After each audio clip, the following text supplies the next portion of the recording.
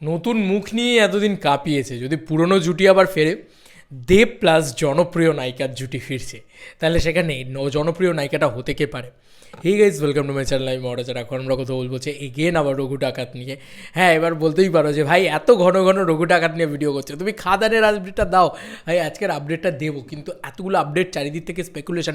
দেখো, একটা লুক বেরিয়ে গেলে সঙ্গে সঙ্গে স্পেকুলেশন হওয়া শুরু হয়ে যায়, নানান রকমের খবর আসা শুরু হয়ে যায়। এবার সেটা ফেক না অরিজিনাল কেউ জানে না ভাই, কারণ যে সোর্সরা আমাদেরকে আপডেট দেয় তারা সবসময় অথেন্টিক আপডেট দিচ্ছে এমনটাও তো নয়। তাই যে এই আপডেটটা দিয়েছে সেও কিন্তু এই কথাটা বলে দিয়েছে।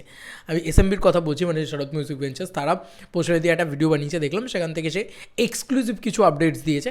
সেই আপডেটগুলোকে ভিত্তি করে আমার এই ভিডিওটা, তো আমি এই ভিডিওটা তৈরি করছি, সেখানে আমি আমার মতামত শেয়ার করব।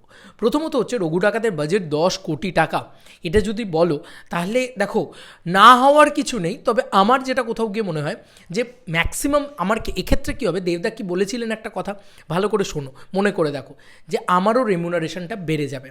যেহেতু খাদানের সাকসেস, তাই আমারও রেমুনারেশনটা বেড়ে যাবে। এক্ষেত্রে রেমুনারেশন কীরকমভাবে হচ্ছে জানো, এই যে দেব এন্টারটেনমেন্ট ভেঞ্চার্স জুড়ে রইল, আমার মনে হয় পুরো বাজেটটাই, মানে পুরো যে খরচ, রঘু ডাকাত বানাতে যে খরচ, সেই খরচটা পুরোটাই ভার তুলে নেবে এসভিএফ।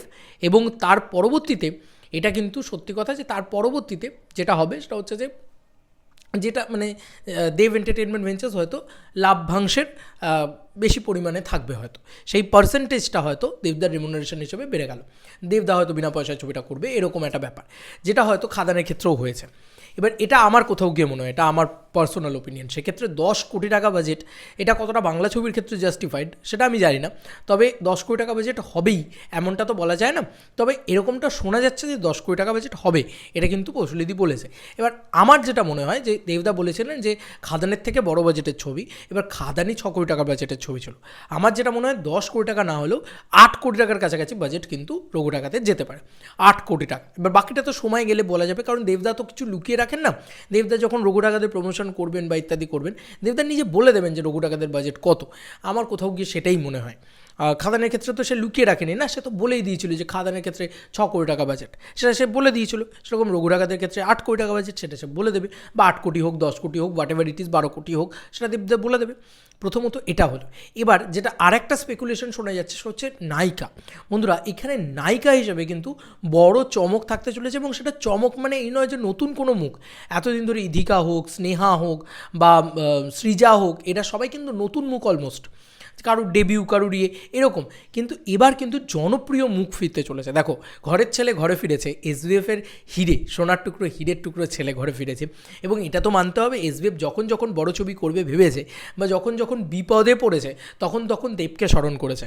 এটা কিন্তু সত্যি কথা। তুমি যদি ভালো করে লক্ষ্য করে দেখো, চাঁদের পাহাড় যখন হয়েছে, চাঁদের পাহাড়ের সময় এসবিএফ অত বড় বাজেটের ছবি কাউকে নিয়ে ভরসা করতে পারেনি, দেবকে নিয়ে ভরসা করতে পেরেছে। আবার যদি অ্যামাজন অভিযান, সেক্ষেত্রেও দেবকে নিয়ে ভরসা করতে পেরেছে। গোলন্দাজ আফটার কোভিড 50% অকুপেন্সিতে ওরকম লেভেলের মানে ব্লকবাস্টার দিয়েছে গোলন্দাজ। তারপরে এখন এই ছবিটা মানে রঘু ডাকাত, এই ছবিটাও যখন করতে যাচ্ছে, এত বড় বাজেটের ছবি, সেটাকেও কিন্তু দেবকে নিয়েই ভরসা করতে হচ্ছে এসবিএফকে। আর কেউ নেই টলিউডে যে এই বক্স অফিস পুলটা এনে দিতে পারে। এটা পুলটা দেবদার রয়েছে, এটা তো মানতেই হবে যে এইরকম বক্স অফিস কালেকশন, এরকম বাপ লেভেল বক্স অফিস কালেকশন আর কারুর দেওয়ার ক্ষমতা নেই বেঙ্গলে বা ওয়েস্ট বেঙ্গলে। তো সেই কারণে রঘু ডাকাতের মতন ছবি এসবিএফ করেছে। এবার ঘরের ছেলে ঘরে ফিরেছে যখন, স্পেকুলেশন হচ্ছে হিরোইন নিয়ে। হিরোইন, সেটা সবথেকে বড় কথা, কে এই হিরোইনটা হবে।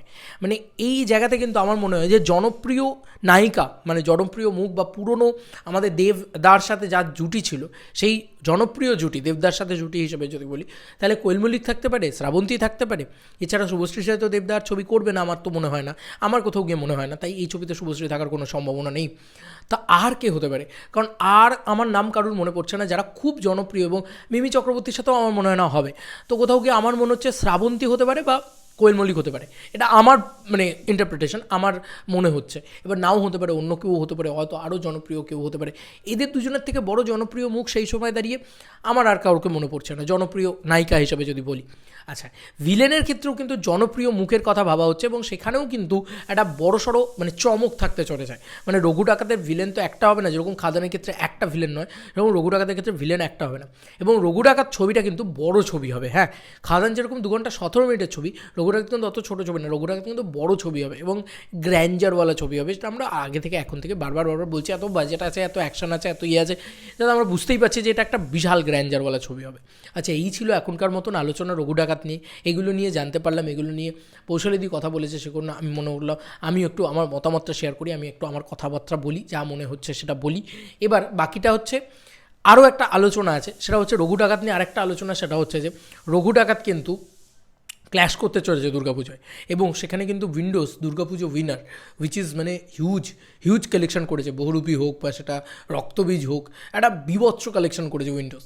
তো দেব ভার্সেস উইন্ডোজ এই জিনিসটা প্রত্যেক বছর হয়, কিন্তু সেখানে এসবিএফ কিছু কিছু সময় ভার্সেসে থাকে, কিছু কিছু সময় আবার এসবিএফ আসেই নি এবছর যেরকম। তো সামনের বছর কিন্তু আর কে কোথায় আসছে ডাজেন্ট ম্যাটার, মানে ধরো সৃজিত মুখার্জি অন্য কোনো প্রোডাকশন হাউস থেকে এলে সেটা যে উইনার হবে পুজোয়, সেটা আমার মনে হয় না, ওই মানে হিট হয়ে বেরিয়ে যাবে এরকম একটা ব্যাপার। আর অন্য কোনো ছবি এলে সেটা এসবিএফ আর উইন্ডোজের সামনে টিকতে পারবে না। কিন্তু এসবিএফ আর উইন্ডোজের এই লড়াইটাকে নিয়ে আমি আলাদা করে একটা ভিডিও তৈরি করব, সেখানে আমরা কথা বলবো এই পুরো বিষয়টাকে নিয়ে ডিটেলসে, যে দেব এসবিএফ একসাথে আসছে, একদিকে তারা এবং একদিকে উইন্ডোজ, এটা কি হবে দুর্গাপুজোর বক্স অফিস ক্ল্যাশ। এবং এখানে কিন্তু নিউট্রালভাবেই কথা বলবো, এমন বলবো না যে আমি দেব ফ্যান বলে আমি দেবদাকেই শুধু ইয়ে করবো। সাপোর্ট হয়তো রঘু ডাকাতের প্রতি সব থেকে বেশি থাকবে, এটা নিয়ে কোনো সন্দেহ নেই। প্রত্যেক বছর দুর্গাপুজোয় দেবদাকে সাপোর্ট করেছি, বা এই বছর কেন করবো না, কিন্তু মানে আমি ওখানে নিউট্রালি কথা বলবো যে কী এক্স্যাক্টলি হতে চলেছে বা কী হতে পারে। তোমাদেরকে আর কি মতামত এই এন্টার ভিডিওটাকে নিয়ে জানিও কমেন্ট সেকশনে। চলো বন্ধুরা, নতুন কোনো ভিডিওতে দেখা হবে, বাই বাই।